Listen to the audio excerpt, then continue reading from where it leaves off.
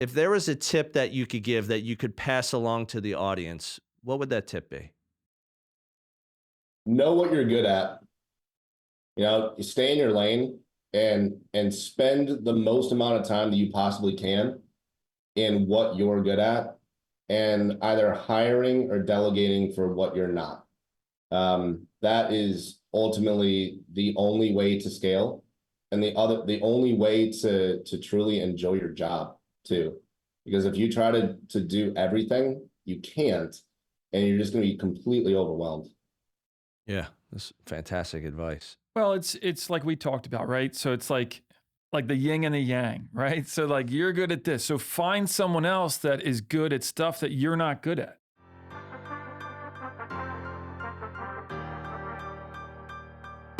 Welcome to the podcast dedicated to real estate, insurance, and everything in between. Join us as we take you along our own brokerage building journeys with additional wisdom from our network of business experts. Welcome to Bricks and Risk.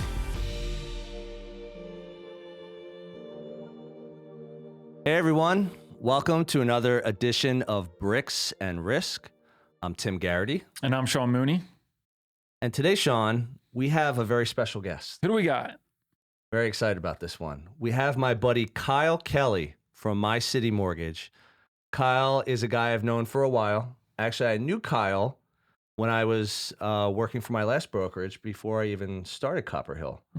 And Kyle's a great guy, huge hustler. Good to see you today, Kyle. How's it going, guys? Thanks for having me. Welcome on into the show. Yeah, so I'm going to dive right into it. So here we go. I like to do research when we talk to people. I like to know a little bit about them before we have a conversation. I mean, I know you pretty well. We were tailgating the Eagles game a couple of weeks ago, having a great time. Thank you for that, by the way. Wait, was that your investigation? That your process? Yeah, exactly. Go to the tailgate. Yeah, find Kyle. It was a good time. It was a Kelly Green game too, so it was awesome. Not want to know what the question is, but let's have it.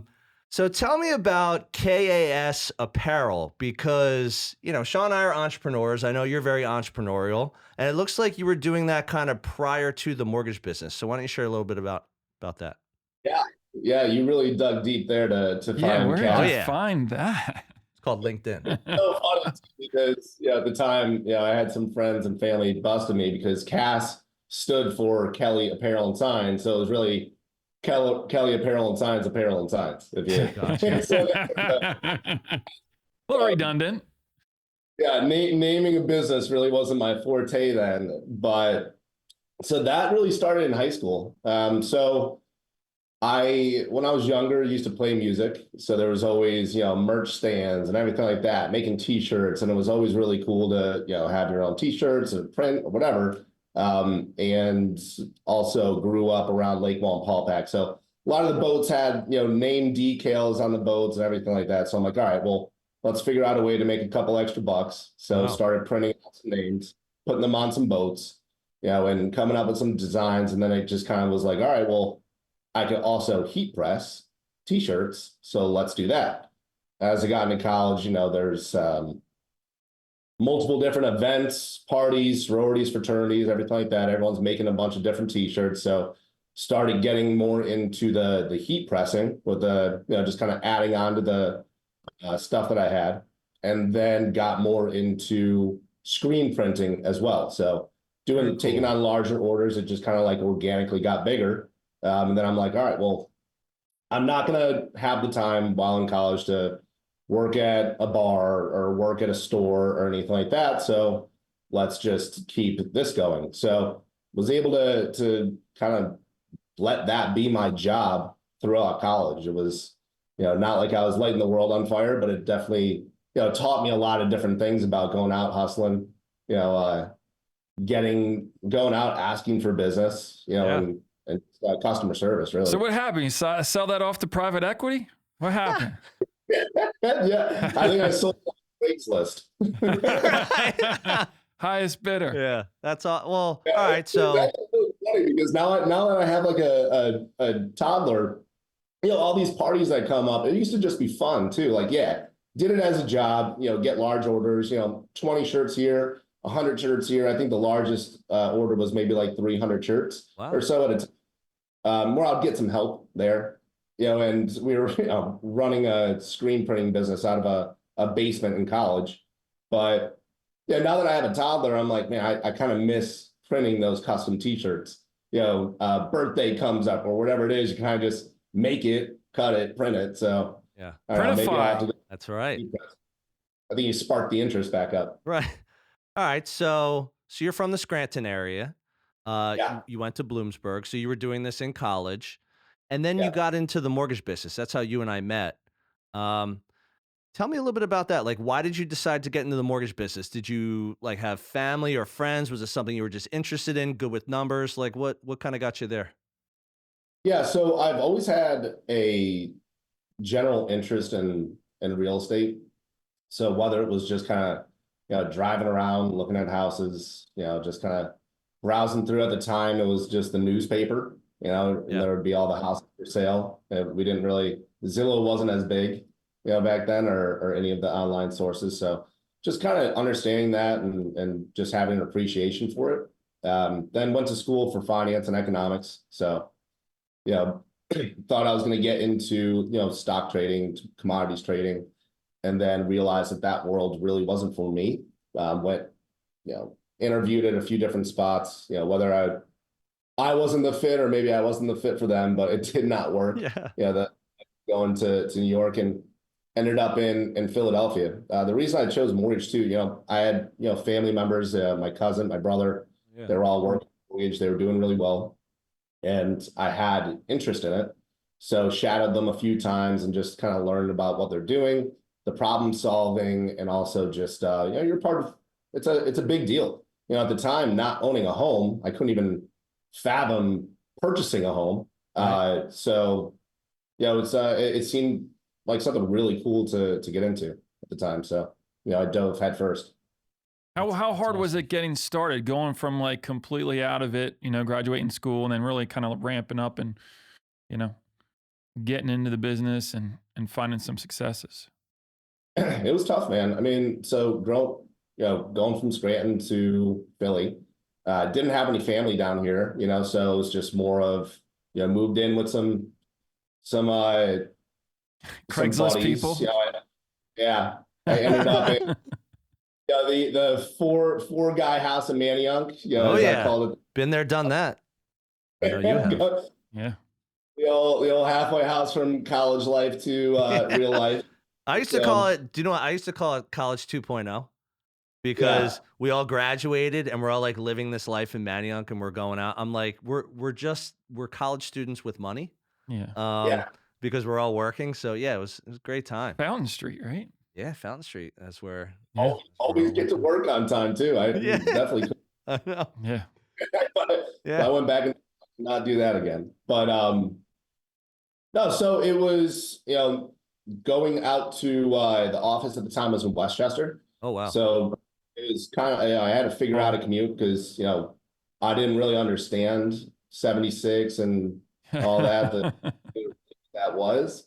Because, when I accepted the job, I'm looking at it, I'm like, oh, look, 32 minutes. That's not bad. But I was also looking at 10 o'clock at night. That's at 3:30 in the morning, Kyle. Yeah. So they were actually really cool at the time about, I created my own schedule of going in either a little bit later and staying later or figuring out different ways to get around the traffic. Awesome. But I learned more just from the soup to nuts, right? So I did processing, opening loans, some very, very light underwriting. At the time, I was working for Mortgage Network with Jim Smedley and Bob Johnson were their names. They gave me a shot.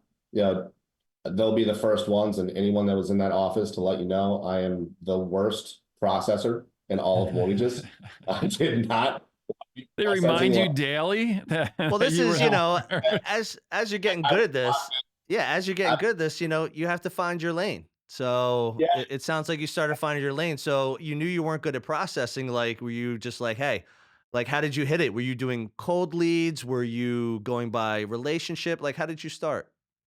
Well, I mean, it was, they knew it. I mean, it was really just an entry level. You have to learn mortgages, right? no one should ever just go into whatever they're doing and just jump right into it. So if you're working in the sales side or the origination side of starting it and communicating with, the consumers to help them structure a loan, you need to know what a loan actually is. So that was the purpose of that.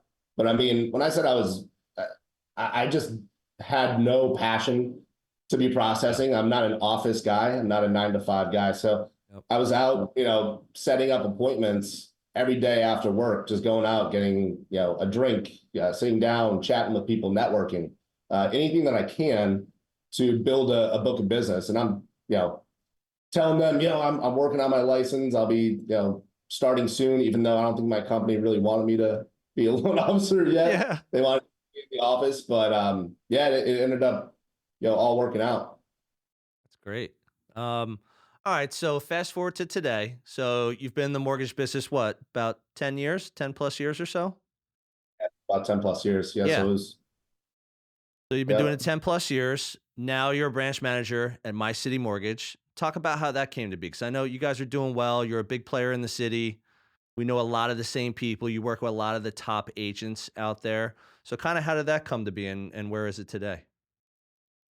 yeah. So we've been, when we switched from Mortgage Network to RMS Mortgage, then we left there, and I've been with the same team ever since.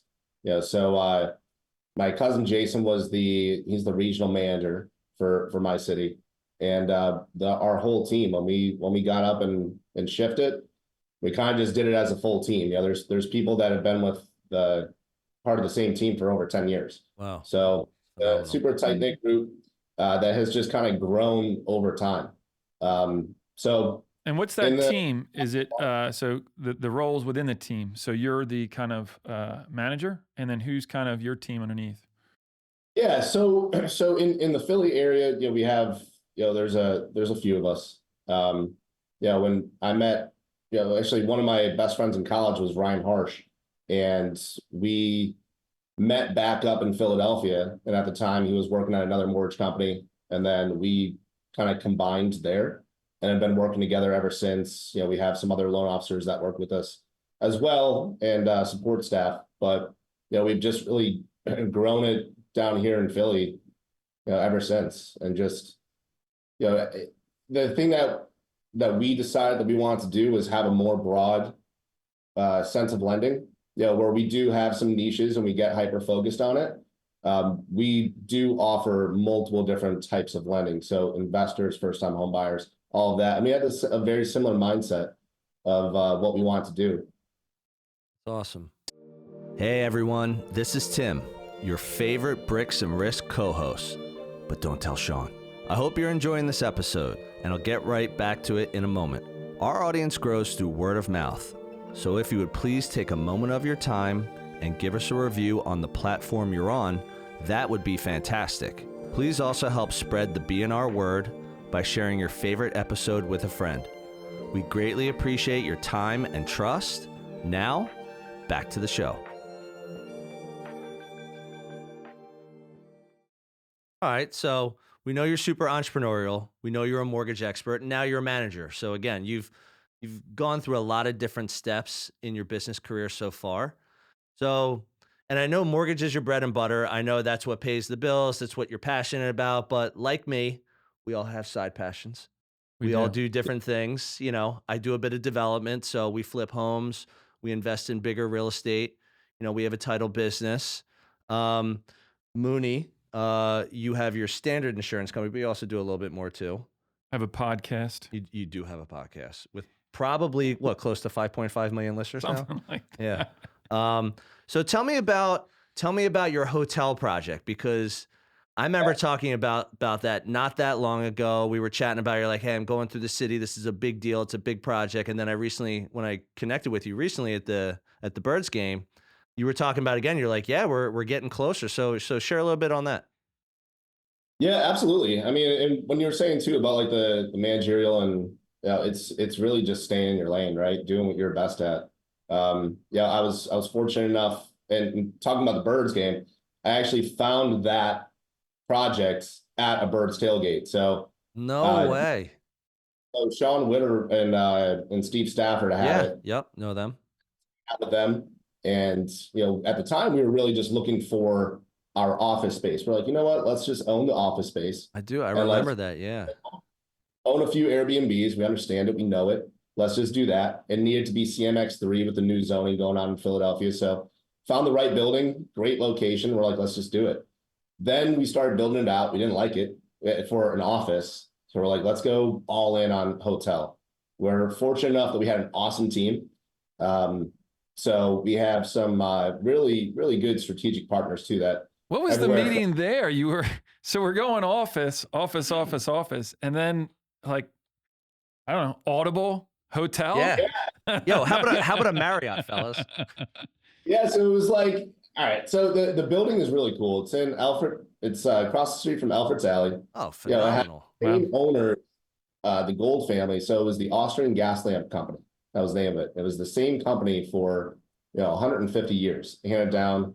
So we were really outside of just someone that bought it from them. We really are only the second owners. Wow. The person that held it in between just decided that it wasn't a project that he wanted to move forward with, and we saw it as an awesome opportunity. Now, when I said it was going to be our office, then we're like, all right, you know what? Let's just use this as a lobby. And now it's ever since, evolved with, the banking world is different. They want to see more, commercial tenants and everything like that. So our network has grown, and we've been fortunate enough that we have an awesome commercial tenant down there now. That's going to be starting up in probably about April. Awesome. And decided that, let's go full on hotel. The rooms are going to be super, it's going to be a really elevated experience. It's going to be nice. It's going to be really nice. That's awesome. How many rooms altogether? There is 5 rooms, five suites. There is the commercial tenant in the front that's going to be doing like a juice bar, as well as like a cafe. And then we also have a speakeasy bar in the basement that's going to be for the guests to use, and then also for event rental. And then we have an outdoor courtyard that we are going to be working with a very well-known caterer to put together some smaller events, like 40 50 person events. So it's going to be we're really excited about that. Yeah, dude, that's phenomenal. Awesome. All right, so we talked about where you're from, talked about, printing t-shirts up in Scranton, to now you're a branch manager in Philadelphia, you have a family, you're developing hotels. So through all that, I mean, it's super entrepreneurial. Like, what do you like best about business? Because I know you are a phenomenal networker, and you've obviously executed throughout your career so far, and will continue to execute. So what do you like? What do you like about business? Honestly, man, it's like no 2 days are the same. Like that's why I love the industry that we work in with real estate, and I just love being able to take an actual idea and bringing it to fruition. We had this idea, let's say with the hotel, and we had it like in our head of what this thing should look like, and we've changed, a bit. But now that we're getting towards the end and we're seeing like the buzz and more and more people reaching out about it that want to stay there, and a lot of the promotion that's going out, it's really exciting to see it actually work. The same thing with mortgages as well. We are just we work hard. We're out there, we're networking, we're making sure that we do the right thing every single time, because that's the way that I've always done business. Is as long as you are doing the right thing, then it's gonna come back. Like that's all you have to do is do the best job that you possibly can for that person, whether it is doing a loan for someone that's buying their first time home, whether you're working with an investor that's buying their hundredth house, or you are thinking about someone that's going to stay at one of your Airbnbs or a hotel room or something like that, creating the experience and just, leaving them with there's nothing more that they could say, but just raving reviews. Like I want them to finish and just be like, man, Kyle did an amazing job. You have to talk to him about whatever it is that they're looking to do. That's kind of the topics too that we Yeah. talked about, like Yep. starting businesses. And, Tim and I on one of the shows were talking about, what's the best way to grow your business. And, I remember, talking here and just saying that, you can mass blanket and you can market to, thousands of people. But I mean, Tim and I really rely on the handshake and building those relationships Yep. and over delivering for our clients, which to your point has always, brought back referrals and, had good people steer us, good clients that we are able to build upon. Yeah. And one thing we talked about in that episode too is we were talking about kind of like the foundation.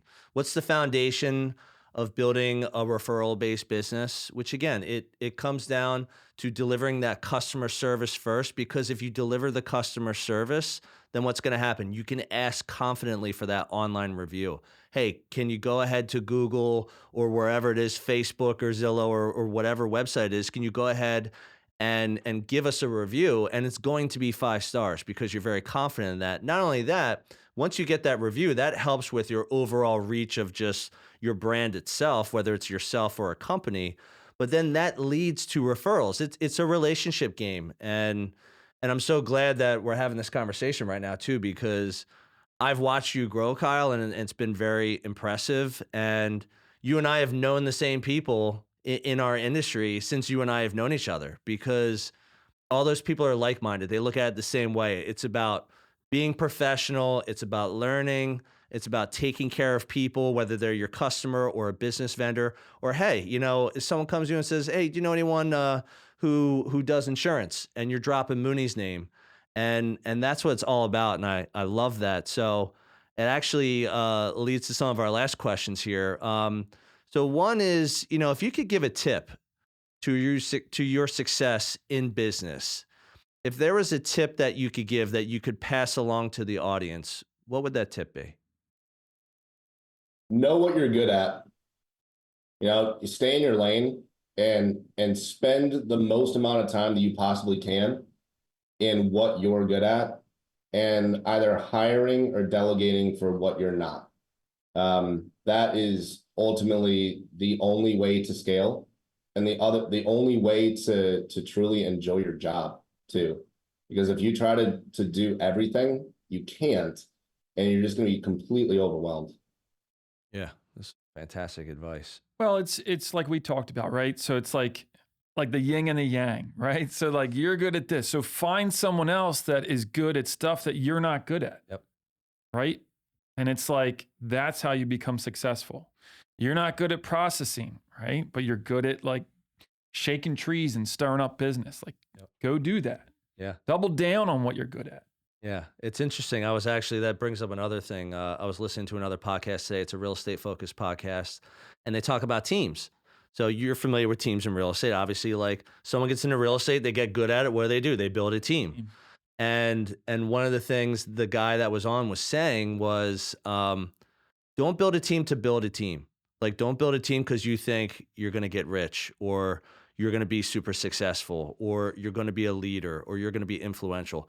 Build a team because there aren't enough hours in the day for you to service those clients, which means you're good at sales, like you're good at business building, and then build those pieces around you. Get a buyer agent, get a transaction coordinator, get a marketing assistant, like get those people in place, because while you're good at those things, the reason you are where you are is because you know how to build a business. And once you build that business, it really can't scale on your own. You have to scale it with other people. And that really brought me back to this. So the last question I'll ask is quotes. So we love quotes. We love quotes. We talk about quotes all the time. Do you have a quote or quotes that you kind of live by, your mantra? Well, I got a few, but Let's hear it. the main one I love that my dad has told me since I was a young kid was work hard, play hard. Nice. Like, and I just feel as though, and like a lot of times that can come off as like, oh, you're just gonna go out and party. No, it's not that sense. But I know so many people that are so consumed in their work that they won't go out with, their family or their Yeah. friends or anything like that. But then it's the same thing of, some people that are playing too hard that Yep. then just lose focus of their work. But ultimately, that's what it is. You have to keep that life balance. It's not even a work-life balance. You guys get it. As business owners, entrepreneurial, there is no work life. Your work is part of your life. It's part of your persona. So it's really just a life balance at that point. And it's just finding that good balance to sometimes just go have a drink with your friends at the bar. Well, Relax, I think it's unwind. rewarding yourself too, right? Like you busted all week or whatever is like, you kind of deserve to be able to go out, let your hair down. Oh yeah, well you got a ponytail under there, man? Something I don't know? Not as good as Kyle. Kyle's got the flow, got the lettuce. Yeah, no, I totally agree. And look, at the end of the day, it's not about getting to the top of the mountain. It's about the journey. And it's about climbing the mountain. And you're gonna fall down a couple times. And it's hard, but again, you could have all the money in the world, and if you don't have anyone to enjoy it with, or you don't have things that you love about life to go use that money toward, then what good is it? So to your point, working hard to play hard is fantastic advice. Absolutely, man. It's like take that vacation. Even if it's just for the weekend, like go unwind. It feels so great sometimes to just turn your phone off. I've had one situation. We were on vacation. It was me and my wife, Mary, and then we were with our friends Chris and Kara. And I got the cab home, and we were in Colombia, and I was letting them use my phone as like GPS. And I stepped open the door for them. Forgot my phone. I went to open it. He drove away. But the next probably 4 of the best days of my life because I didn't have a phone. Yeah. I ran around New Year's Eve to it was kind of frustrating, but you check in, you realize that life does go on. You're able to go in and you can knock everything out in literally 1 hour. But you need that. You need to be able to unplug sometimes. Some of those are the best, no cell service, right? Yeah. So it's all about taking trips to Colombia and losing your phone. Be like, sorry, honey. Sorry. Guess Couldn't check it. guess I can't text you if I go out tonight. Yeah. All right, man. Well, hey, thank you so much for taking time out of your busy day. And I know you have a family, you have a busy career, but why don't you let people know, let the audience know, what's the best way to find you? What's the best way to reach out to you if they want to learn more? Yeah, the best way to reach out, honestly, is you can look me up on Instagram. It's just Kyle Kelly Mortgage. DM me through there. Take a look. I try to post as much content as I can about mortgages. That's certainly something I'm going to be doing a lot more in 2024. But yeah, look up our company. So it's My City Mortgage. We do mainly residential, so first-time home buyers, second homes. We've really gotten a niche into Airbnb as well, just from living in that space so much. So if you have any questions about that or want to learn about how to start building a real estate portfolio with some different types of loan products, reach out. Awesome. What about the hotel? When's this? We're going to go live with a hotel. Awesome hotel. And what's the name? You didn't share the name. What's the name of it? Get the handle. Gaslamp Hotel. So we felt that was very, very important. I'm all about good juju. So, it was the Austrian gas lamp company for 150 years. So we're going to go with the Gaslamp Hotel and hopefully, keep that going.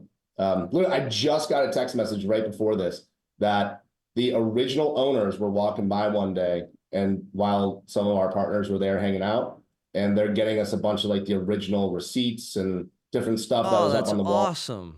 Very cool. We're really excited about that.